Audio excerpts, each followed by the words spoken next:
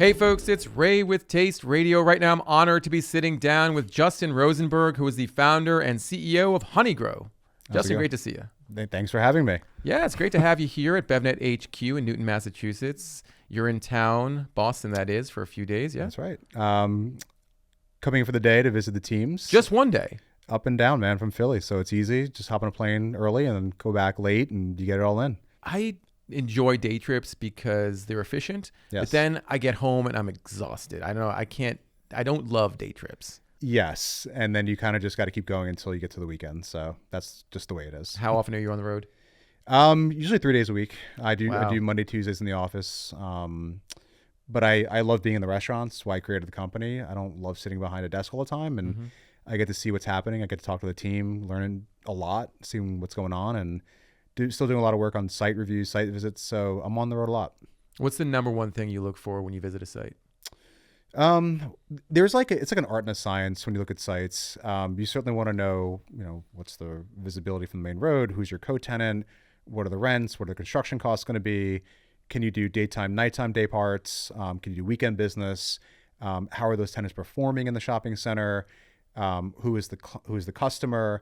There's a lot that goes into it, and at this point we're at 54 restaurants, and we always say internally, like, every time you open a new restaurant, you just learn something new. And part of my job is we're a restaurant company, but we're trying to perfect the algorithm of the brand. And every time you get another successful restaurant under your belt, you learn. And even if a restaurant comes out of the gate not strong, like, okay, what could we do better next time, just to keep perfecting that algorithm? So these are site visits for new locations. When you visit existing locations, are you most interested in the quality of the food, how many people are coming in there, the intensity, or maybe intensity is the wrong word, but the interest level, the excitement that your employees have for what they're doing? I mean, what is it that's most important to you when you walk into one of your restaurants? Yeah, I think like that's a great point. Like, all of the above, right? Like, I walk in, I'm thinking about, how's the vibe of the restaurant? Is the music on? Is the music the right level? Is the restaurant clean? How do the employees look? What's the vibe of the employees? Ordering the food, are the kiosks clean? Is it flowing appropriately? Is the food tasty to come out in time? Is my order accurate? How are the bathrooms? It's just like everything. like as customers are smart, right? I'm a customer at the end of the day. I go to a bunch of different restaurants all the time. I'm looking at this stuff all the time, and I want to make sure that we're knocking it out of the park all the time. Do you ever go in unannounced? 9 out of 10 times going unannounced. Okay. Do they know who you are when you walk in? Your employees? They figure it out eventually. When you walk beyond the counter and they're like, hey, what are you doing, man? I'm like, actually, I own this restaurant. I stopped going behind the counter when a wok chef tried to fight me. Oh my gosh. So I was just like, all right, we're cool. He's just like, I walked into one of our restaurants, it was probably 2 or 3 years ago, and I went through the kitchen. So the kitchen door, like, facing the parking lot was open, and it should never be open. So I'm like, okay, so I walk in and nobody stops me, and I walk to the line, and the wok chef looks at me, he's just like, throws his thing down. He's like, what are you doing back here? And I'm like, relax, I'm the CEO. He's like, no, you're not, like, ready to go. And I'm like, and then a customer actually recognized me. She goes, no, that really is the CEO. And she Googled me and showed him a picture. Wow. It was really, I never actually told that story. So she's like, everything calmed down. The GM ran out of nowhere. Subsequently, we unfortunately had to fire the GM. And today we have a fantastic leader in that restaurant, and things are good. So I'm more, I make sure that people know who I am before I just go on the line. But, Okay. Certainly, like, can I curse on this podcast? Of course you can. All right. So I try not to curse too often. But if and when the shit hits the fan, right? So you're understaffed, equipment issue, you're just smashed with orders. Like, I keep my chef shoes in the car. So, like, I'll just jump on the line and cook. Which at that point they know, like, all right, that's Justin. He's not gonna. I'm just trying to help, so I'm not gonna watch them and, like, leave angry. It's not their fault. So you gotta help. I love that. I love that you're willing to just go in, roll up your sleeves, put on your clogs, and get to work. I mean, I don't think there's. Unfortunately, I think there are some CEOs who are so removed from what they're making that they forget what they're doing and why they built the business in the first place. I think that's a good point. And I'm far from perfect, but I think one of the things I'm good at is I have a discerning eye for when you're in the restaurant, how it should be. And that's my passion. Like, I love being in the restaurant, seeing the team kick ass. I love seeing our customers really happy. doing a noodle pull. The food is delicious. I was walking in the airport in Philadelphia this morning, and it must have been 8 o'clock in the morning, and somebody had a Honeygrow bag, and we're not in the airport. And that just made me really happy. That means that I think that somebody went there and they appreciated the experience, and I guess they still have the bag, right? So that, as a CEO and founder, is what matters to me tremendously. Like, how do we continuously create amazing customer experiences over and over and over again around the country and around the world? And that's my vision and goal. Since the last time I talked to this guy, I always bring up something that we talked about in the conversation, and that guy is Peter Rahal. Peter Rahal is the co-founder of RX Bar. He has a new brand called David, and we talked a lot about consumer satisfaction, customer satisfaction. And he said, a satisfied customer is the best business strategy. What are you doing otherwise? It's kind of like, what are you worrying about? Everything else, all the reporting, everything else, it just dials back into, at the end of the day, how do you get as many happy, satisfied customers over and over again and as profitable as possible? Yeah. I mean, that's really what it's about. You cook in your restaurants. Were you always a chef? Are you a trained chef? Not at all. I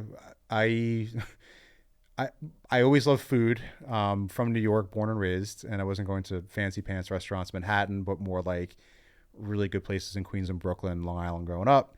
And went to Penn State undergrad, moved to Philadelphia 20 plus years ago. We were just talking about the Philly food scene, and is awesome. Oh yeah. And I just had a passion for food. I didn't know how to work in a restaurant, but when I was developing the concept, a friend of mine, he was a chef in a restaurant down in DC.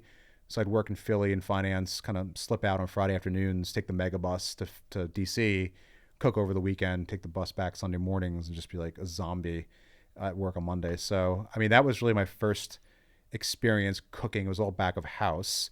And then when I opened the first location of Honeygrow, I'm like, well, I better figure this out. So I was in the line cooking, learning, making mistakes. But some of the best memories of my life, like we were just straight up cooking food, making people really happy. And again, that's what makes me really excited. That was the early days. I don't think this is going to offend you, but anytime you start with that, it probably is going to offend someone. So, but I don't think it'll offend you, Justin. So I'm going to say this. When I think about Honeygrow and I think about the name, I think about your aesthetic, I think about the food that you sell. Honestly, I was surprised to hear that it was you that had founded the company, because it has a very soft, feminine leaning or feminine forward kind of vibe. The name itself, Honeygrow, and then you hear and I'm just talking to you right now, and I'm like, I love the fact that you've built this business. I'm just a little surprised that you went in this direction. Do I come off as like a really scary human being? No, you come across as someone who is an entrepreneur to the core. Yeah. But someone who I wouldn't necessarily associate with, say, the word Honeygrow, right? Is that fair? Sure. Okay, don't punch me. I'm No, I'm just kidding. Folks, Justin and I met about, 45 minutes ago, and I have such a good rapport, I feel like, right now. It's been great just meeting you and talking to you. So he would never punch me. Listen, I got my purple belt in jiu-jitsu a month ago, so I make more of you. Now, don't break my thumb. No, just your wrist. So the name Honeygrow is a play on words. It's esoteric. It's honest eating grown local kind of smashed together. Oh, okay. And the honest eating is, it really is the idea of everything's freshly made to order. So unlike a Chipotle or some other concepts that are out there with an assembly line, we're literally just creating custom orders over and over and over again, freshly made to order. So that's the honest eating. The growing local part was, I originally thought I could buy all local, which is a fucking stupid thing to think because I'm not going to get bananas and avocados from Pennsylvania. But that was the idea. But we buy as local as we can. Honeygrow, that's a smash play on words. Design aesthetic for me really was Apple. I'm a huge Apple fanboy, and I'm not talking today Apple, fine, Apple's great. But I'm talking about 97-ish era when Steve Jobs came back. There was something really cool when I was a kid where suddenly the iMac was out and it just stood out from everybody else. And then one day, I think they were a $2 or $3 billion market cap, when things were not good for them. And now it's an over $1 trillion company. But I wound up falling in love with the iPod. What is something like that? I used to go to the Apple store all the time, and I didn't want it to look like an Apple store, but how do you do something that's a bit warmer, a good environment for eating? And that's really kind of where that fused together. The food itself is also a really differentiated approach to premium fast casual than I think has been seen in the past. I mean, certainly you sell salads. Everyone's going to talk about sweet green when you're talking about salads, Sure. but you have stir fry salads, you have honey bars. But what's a honey bar, by the way? Take a bunch of fruit, drizzle some honey on top, coconut flakes, chocolate chips, honey bar. Why do you focus on those three product lines as the core of Honeygrow? Yeah, so the backstory is when I was, I'll date myself, I'm 42, but when I was 26, I used to weigh 240 pounds, like not a good 240 pounds. I was big. And I've lost about 55, 60 pounds since then. Wow, congratulations. Thank you. Went to the doctor. We just had our first daughter. And the Congratulations doctor's, again. Thank you. She's now about to be 16. Wow. The doctor pretty much was like, if you don't get your health in line, you're not going to see this girl walk down the aisle. Oh, wow. And it scared the crap out of me. Went to Whole Foods, like, buy more food. Like, but there was a book called The China Study by T. Colin Campbell that was there. And I'm like, let me read this. So I read it, not wanting to jump on crazy medications at a young age. And it really talks about the benefits of a plant-based diet. So am I fully plant-based today? No. But for 2 years I was. And I just was able to reverse issues that I had. I was making a lot of salads for lunch and stir fry for dinner. So the stuff I prepped for lunch, leftover, I put into a wok with some noodles at night. And I was eating that all the time. And I felt like no one's doing this. I don't want to be another salad concept, another burger concept, another Mexican concept. Like those or sandwich, like those have been done many times and done well. I think Sweet Green does a fantastic job with salads. You know, Cava, they're awesome Mediterranean. Like what is something that really we can be different for? And I thought the create your own stir fry genre would be something that's really different. And no one's really doing that. So that was the beginning. And then for us, like making sure we had great noodles. It's kind of like our Starbucks espresso bean. Like if the noodles aren't good, who cares, right? The sauces had to be great. But I knew if we can execute making those freshly made to order stir fries, which is hard, which is why we don't franchise, it could be a successful concept. The noodles need to be great. How long did it take you to figure out how to source ingredients that you felt were of the highest quality, that you felt you would be proud to serve, and do it at scale? It's a great question. When we first were opening, we interviewed vendors. Like they would come in, we literally would just interview everybody, test products, taste things. Our noodles when we first opened weren't good. They were like typical lo mein noodles, with all due respect. Like it just wasn't a good product. So we were open for about a month, and I'm like, we're running out of time. I gotta figure this out. Again, people are smart. They're gonna know, like, I'm paying X bucks for this. I want a good quality product. I can go there and pay $2 less. Can I ask you a quick question? Yeah. When you define good, how do you define good? Is it good enough for the average consumer, but not good enough for Honeygrow kind of thing? Ooh, that's a good question.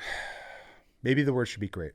Okay. I want it to be great for everybody. I want people to walk away and be like, that was fucking awesome. Like great, right? Yeah. Like I just, and it wasn't great. It was like, it was good. It was okay.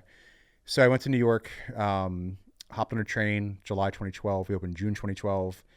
And I went to all my favorite ramen spots, Ippudo, Momofuku, Toto Ramen, some other spots.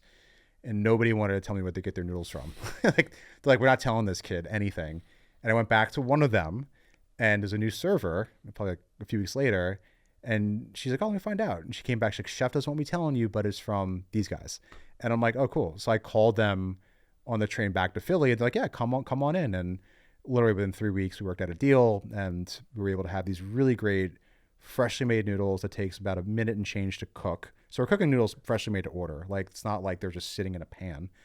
We have a freshly made whole wheat noodle now, which is really cool. We had that for a while.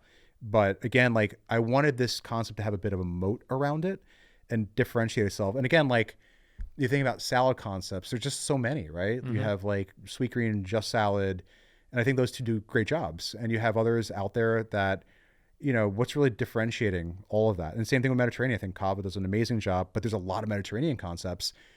You know, one of the cool things about Honeygrow is that we haven't really seen anyone specifically replicate what we do. We call them phony grows. They open up doing kiosk stir fries and salads. And eventually you see them fail because a lot goes into what we do. It's more than just the cooking. It's a lot to make a successful operation. I love that you asked and asked and asked until you got your answer. Sometimes you just need to do that. You need to put yourself out there. If you keep hearing no, eventually you may hear yes. Yeah. Yeah. And sometimes it doesn't necessarily work out.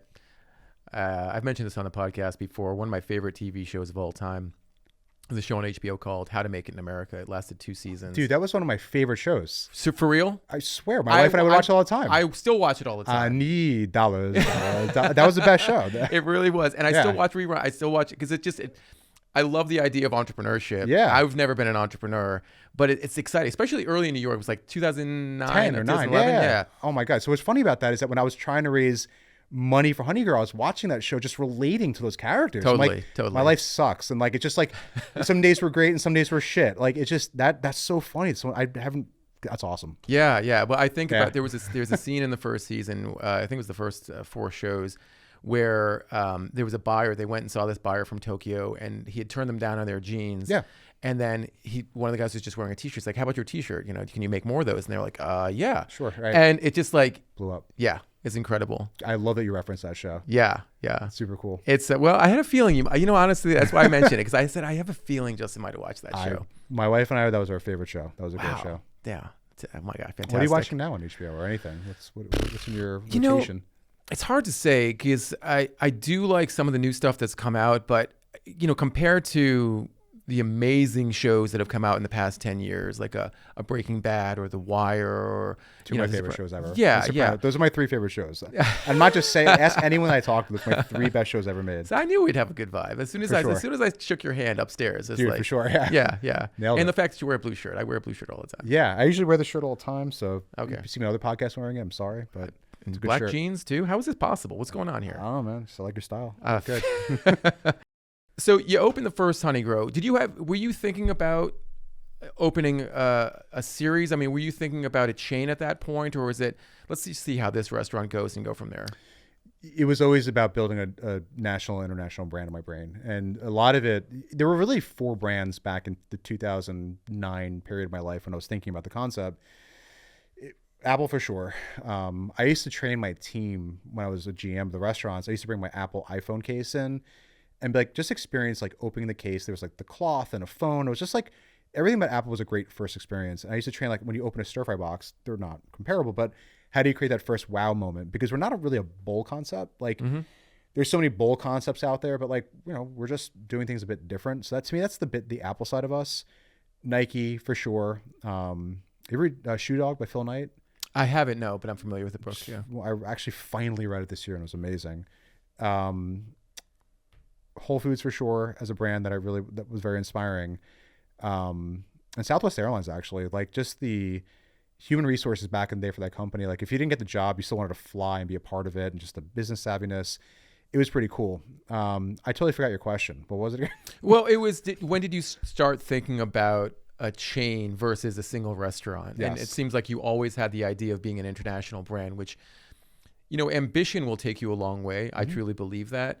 But sometimes reality and ambition clash pretty hard, especially when you don't have a lot of experience. And it sounds like you didn't work. I mean, just a tiny bit of experience, but barely any. Bupkis. I think Bupkis. Well, Starbucks was where I was going with that. So one day I remember waking up in New York and there was just Starbucks everywhere. And I thought like, it's more than just, there's a book about it. Like there's more than just the coffee. And like I'm rooting for Starbucks now, and it's so hard. You have so much competition out there. Like my kids are part of the problem where they're getting these crazy drinks at Starbucks. And if you're a barista and you got to customize it, that's really difficult, right? But like they opened up Pandora's box with that a little bit, but I think, Brian Nichols will get it back. So, I always thought about being a national brand, international brand. I just get super excited about companies like that. And I love, like we just opened in Ohio. We're in Strongsville and Canton. We're poking around different areas of the state. And that just excites me. Like the idea of being a national organization where people are enjoying our product everywhere and we're doing a great job at that, like that just gets me out of bed very excited. It costs a lot of money to do that. Yes. I mean, it's very expensive to open one restaurant. It's very expensive to keep a restaurant going. Profitability typically is not a word you associate with the restaurant industry. So when you decided, okay, we're going to open a second one, what gave you the confidence that you could be successful opening that next one and then potentially opening 10 more beyond that? I think I'm just crazy. Like, I think I'm out of my mind. Like, I don't know. Like an entrepreneur to the core. I said that. Yeah, man. I think life's short. So just take some good risks, right? Like, And you get better at that as you get older after you make enough mistakes, but which I have.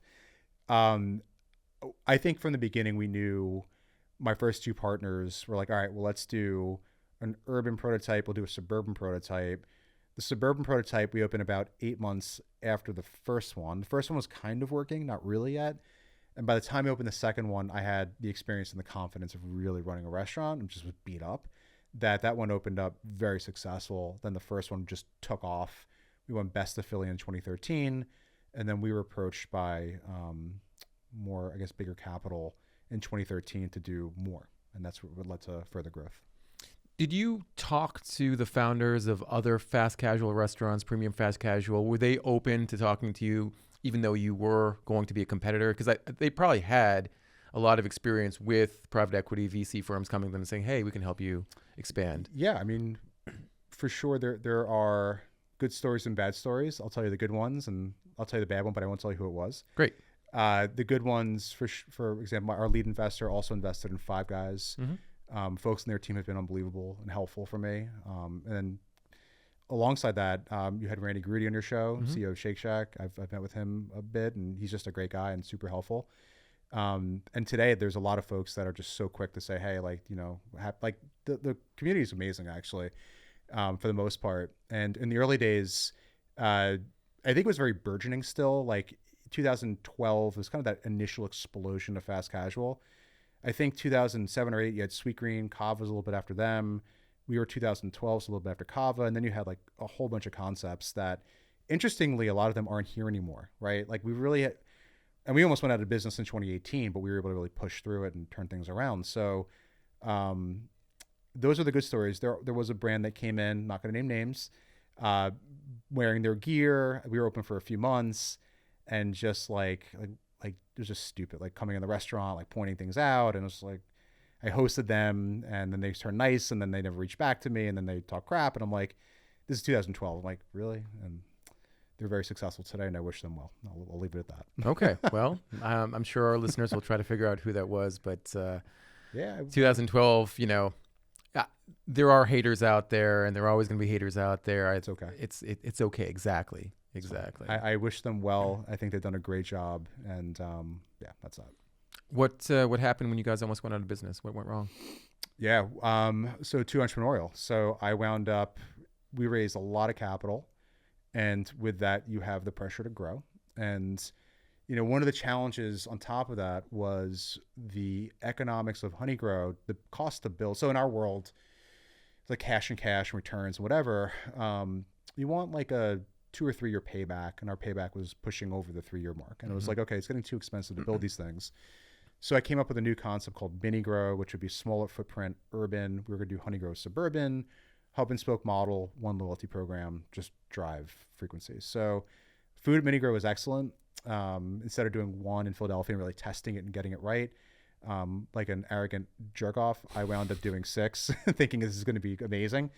I drank a little bit of my own Kool-Aid there. And instead of just doing it in Philly, we did like 3 in Manhattan at the height of the craziness of the rent market in 2017, 2016, 2 in Boston here, and 1 in Chicago. And alongside that, pressure to grow. So we opened 7 new markets in 2017. And there's New York, Pittsburgh, Boston, Chicago, DC, Baltimore.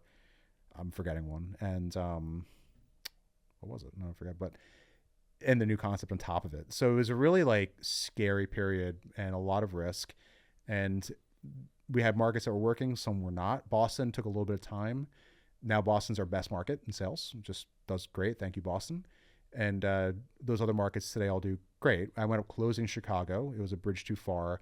Looking back, we didn't really have the best real estate. We overpaid on rents. Like a lot of like lessons we had to learn. It was expensive and painful. And you know, kudos to my investors for being supportive during that period of time, for sure. And kudos really to my team, because we had a lot of folks just jump ship. Like we were losing cash. When we closed Chicago, we got a lot of bad press. People were like, this company's fucking done. Like these guys are over. We just had people leaving. We had to do layoffs. I mean, it was a really crappy period of my life. And I remember like I was in Miami with my wife on the phone with our CFO, and he was like, we have a board meeting next week. We should tell the board let's declare bankruptcy to get out of these leases. And I was like, we're not doing that. Like there's a plan. We're going to execute the plan. And, fortunately, our investors wound up supporting us and sticking up and letting us keep going. So you fast forward that 2018, 2019, we just stopped growth. So let's get it right, rebuilt the team, put the right people in the right spots, analyzed everything that was wrong. Like, okay, like we're going to do this kind of prototype going forward. We're going to be super disciplined on growth in terms of what we're going to do. And we're going to get to here in terms of 4-wall profit and company wise. And here's the plan. And we're going to self-fund this thing. That's the goal, to no more raise capital, but really just to get cash flow itself to do growth. About to rock, turn things around in 2019, COVID. But really by July, because our product was very well in third-party delivery, we were okay by July, August. We're like, okay, things were good. We're, EBITDA positive. And then 2020, we pushed the button again on growth. And we've opened 31 locations since 2020, all successful, and really figured out the model. And we've been profitable as a company on a net income basis, so profitable since 2021. We've been self-funding growth. We have no debt. And we've opened 14 locations this year. We're opening up 16 to 17 next year. Wow. And just head down and no bullshit and just bang it out. Outstanding. That's it. How did you personally deal with the craziness, the challenges that the company was dealing with in 2018? What kept you grounded? I love this company, and I just was like, all right, I'm here for a reason. If this is the test I have to go through right now, then I'm going to go through this. And it was a hard period of time, right? Like, you start questioning yourself, shit, maybe I'm not good at this. And wow, like, everyone's leaving and jumping ship and the news is writing negative articles. And then it's kind of like, well, get your shit together. Like, let's go. And you snap out of it after, think about it 5:30 in the morning, but by 5:35, that's out of your head. And he's just like, here's the plan. Let's get after it. Let's do it. And alongside a great group of human beings that, for sure are the reason why this all happened. And we all worked together and we got it done. So, it was a horrible period of time. I'd never want to do again, but looking back, it was necessary to happen for me on my own personal leadership development, but also as a company. It really emboldened and strengthened us as a group. So, and as a company. So, and on the side, I was doing a lot of jujitsu to like keep myself sane. Are the people around you and the people that have been around you, are they a reflection of your own personality? Maybe. I think my team is very different. It's pretty cool. Our COO came from Five Below. He was head of their development and just rolled out Five Belows around the country. And before that, EB Games. He's very different than me in many different ways. I'm different than him. I think, we fill each other's gaps in a very nice way. We have other folks in the team that I think the common denominator is there's a grittiness and a toughness to this group because they've been through a lot. Very honest with each other. Like, hey, like, this is not a good idea. They're very quick to call me out if I don't have a good idea, which is great. Like, you don't want to be the guy who's just like, they're just kissing your ass. Like, they're like, hey, like, Justin, like, that's cool, but here's why this probably won't work. And we'll go through it. And if they're right, great. Like, I'm not trying to be right. I want to find the right solution for the company. And that's the overall mentality of our group always. So we have like an offsite. When I say offsite, it's literally like in our building tomorrow. And it's like, all right, well, what do we need to do to get to our goals for next year? And we just challenge each other with it. I'm a firm believer in you don't need a lot of people. Like, you find like Warren Buffett, like, you don't have a lot of people on the team per se, but you have quality folks you can take care of. And I'm proud to say that's what we do. Like, I just find good people and keep them happy, push them, be there for them, support them, but challenge them. It's all a balance at leadership at the end of the day, and cool, great results will happen. Yeah. You just remind me of a quote. Snoop Dogg was talking about a beef that Nas, and I'm getting really deep here. I love Snoop Dogg and Nas and Jay-Z. I can talk all day about this. He was talking about beef that Tupac and Nas had, and Snoop was commenting on the fact that Nas didn't have a lot of people with him, but he had a lot of people with him. Yeah. And it was like, the people that are your core circle will kill for you. And I'm not, and maybe I should probably not be saying that on the podcast, but the people, they will die on the hill with you. Yeah. And as a aficionado of 90s rap myself from New York, I would agree with that. And it's funny you say that. It's like, I can go deep with this too. I don't know, like the Nas Jay-Z wars, right? Sure, yeah. Like, I don't know where we're going to go with this. It's not even worth it. It's whatever. It was No, great. but Yeah. but I hear what you're saying is like you had a group of people. You don't have to have a ton of people, but you Yes. just have to have a core group that is in this with you, Yep. you know, through thick and thin. Yeah. And when you, and I'm going to steal a line from our COO, like, you know, it's a great one. It's trust comes with time and wins, right? He says that all the time, and it's true. And we've been through a lot with each other, and we now trust each other because we've been through a lot of time together, the good and the bad and the wins, like turning a company around, the pandemic, everything in between, restarting the growth engine. That's a lot of stuff, right? And everything in between. So, you know, now we're at a phase where we're beginning to really grow, right? We're going to do, you know, we'll be at, call it 70 to 75 units by the next year. Okay, well, you're going to have to find more people, right? So we're beginning to really hire more folks. And there's that possibility, strong possibility, where the wrong people will get on the bus. And you need to be able to identify it quickly and get it right, because I know it's cliche, but you're only as good as your weakest member of the team. So you got to just be careful with that as you scale. How much do you invest in, or when you're hiring people, how much do you think about their ability to think as entrepreneurs, to think and be innovative? Because I think about your business, and it almost seems like rinse and repeat in a good way is the key to success. But sometimes when people are like, oh no, we should do this or we should do that, and they're always coming up with new ideas, that can sometimes be good. It can sometimes also be distracting. Yeah. It's a balance. I'd say today it's more about process driving, but if you have a good idea, tell us. Like, I was with our district manager at our Fenway location before I came here, and I'm asking him questions about the menu. Like, hey, what do you think about this? What can we do better there? He has suggestions on training. I'm like, great, email Allie and tell her. Like, I don't have all the answers, and you want people thinking about how do you make the company better. However, you know, you also don't want everyone to be entrepreneurial, because then you have chaos. So in the early days, I was more like, yeah, you don't need the recipe book, just do the recipes. And it was just like a shit show, right? Like in day 3. So you quickly learn you can't do that. You need standards, you need process, but you need to empower your team to at least have the ability to say, hey, I have an idea. And some ideas are great, some ideas are stupid. And I include myself in that. I thought brownies were the dumbest idea ever.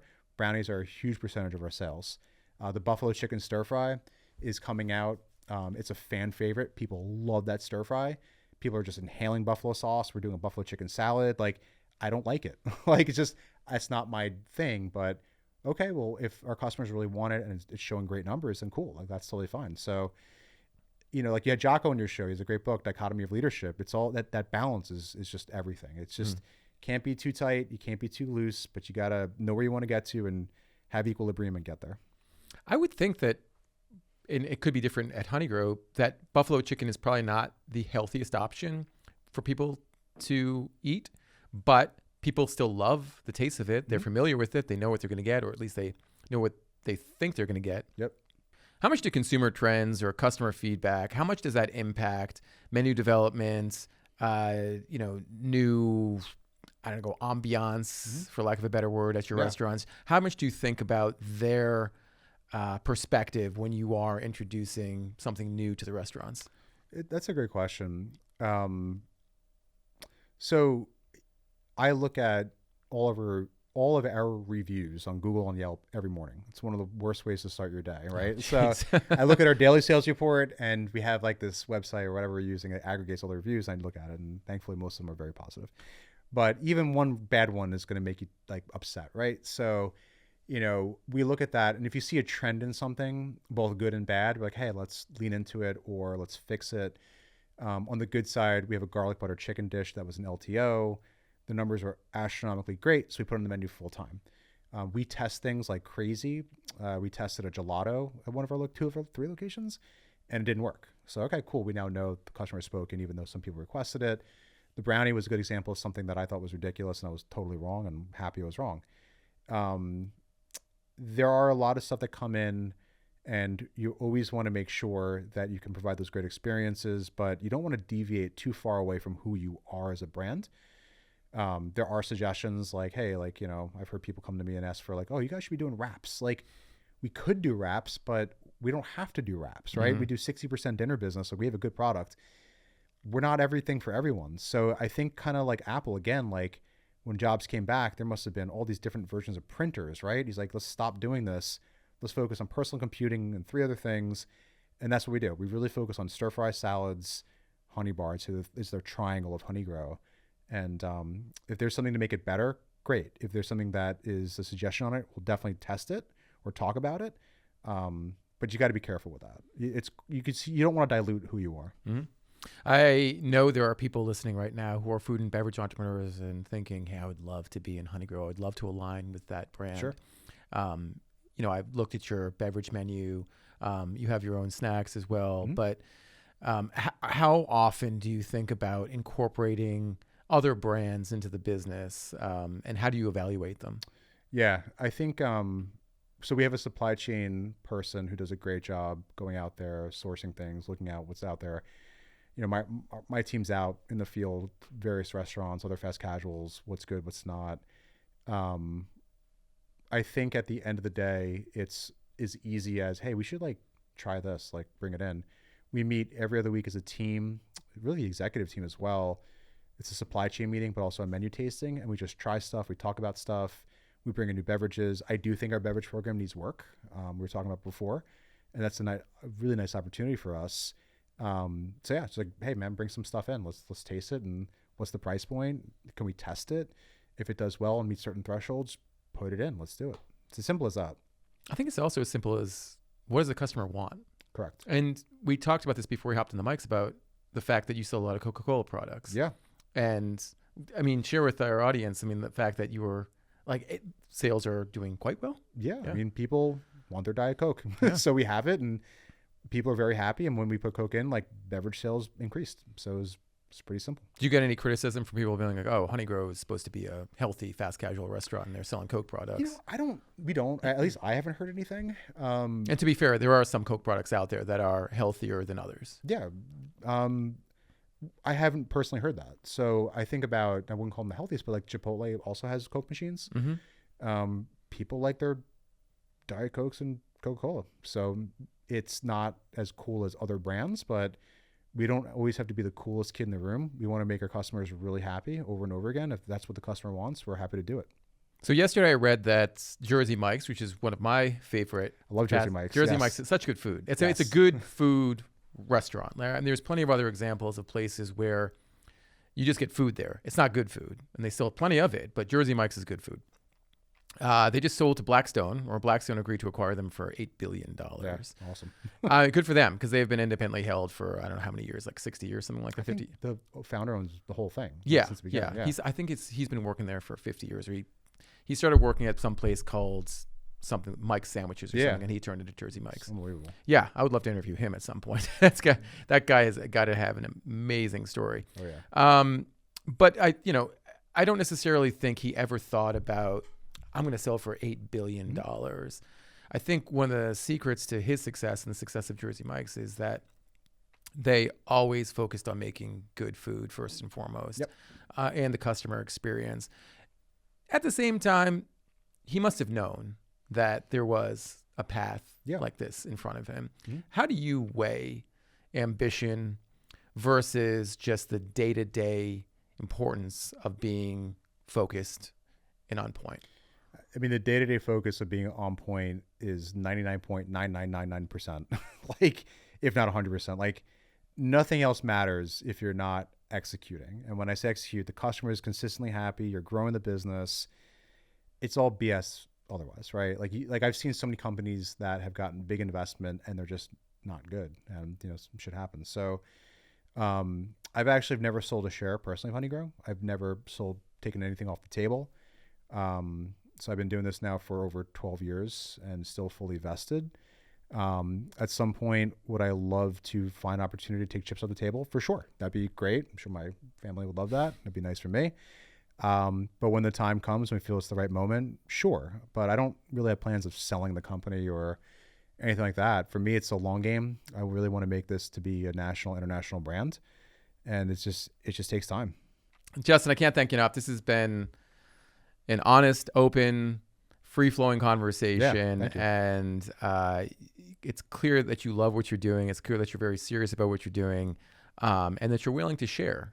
I think it's so important for entrepreneurs to be able to impart wisdom, impart the good and bad of what you have been doing throughout your journey with others, because there are people facing, whether it's in any business, there are people facing similar questions about, okay, well, how do I think about this or that? And, you know, the fact that you've been sitting with me for an hour. It's been an hour? It's been about an hour. Yeah. It's flown by, hasn't it? I've enjoyed this conversation. Yeah, I really have. Has been really amazing. Thank you so much. Thanks for having me. Yeah.